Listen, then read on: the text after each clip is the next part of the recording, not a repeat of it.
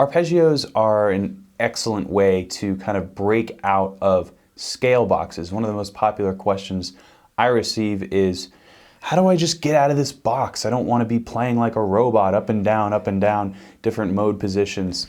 Arpeggios are usually a great way to do that because, as with scales, we think of, for example, the harmonic minor scale.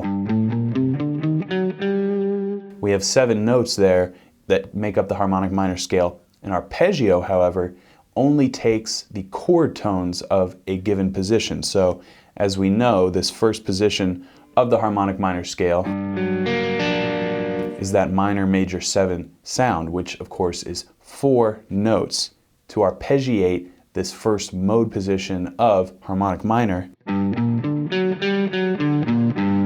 we would only be playing 4 notes as opposed to, with a scale position, 7 notes. So that limited number of notes is an excellent way to kind of take away. Usually that's a way to break out of scale boxes, is actually remove some notes from your guitar playing, and that way you'll have to think a little bit more melodically, and as a result you'll play less notes and you'll want to move around a little bit to play more interesting things on the guitar. So what is an arpeggio exactly? Well, it's actually from the Italian word arpeggi, which means to play a harp. So think of arpeggios as you would think a harp player plays their instrument. It's kind of like these broken chords that, instead of playing them all at once, we're playing those notes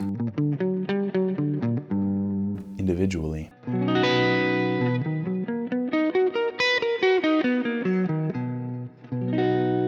So, with this sound, there's a lot of different ways to attack it.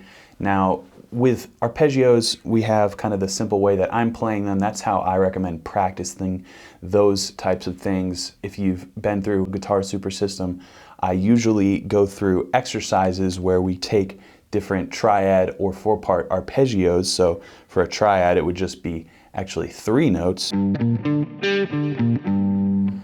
As you know, a triad only contains 3 notes, and just moving them up position to position, it can be really helpful to get a grasp of the tonality by arpeggiating the very interesting chords that make up the harmonic minor scale. So if we were to go through the harmonic minor scale in G, of course we know the minor major 7, we can arpeggiate that, and then we move up here, minor 7 flat 5, and we move up again, major 7 sharp 5, moving up again, minor 7,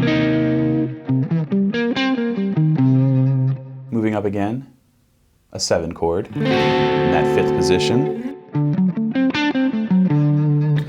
moving up even further, major 7, and finally the 7th chord, a diminished 7. So that would be just a very basic exercise to kind of get the tones in your hands. And of course, once you get that down, then you can go on to multi-octave. I was just playing single octaves there, 4-part arpeggios of the harmonic minor scale.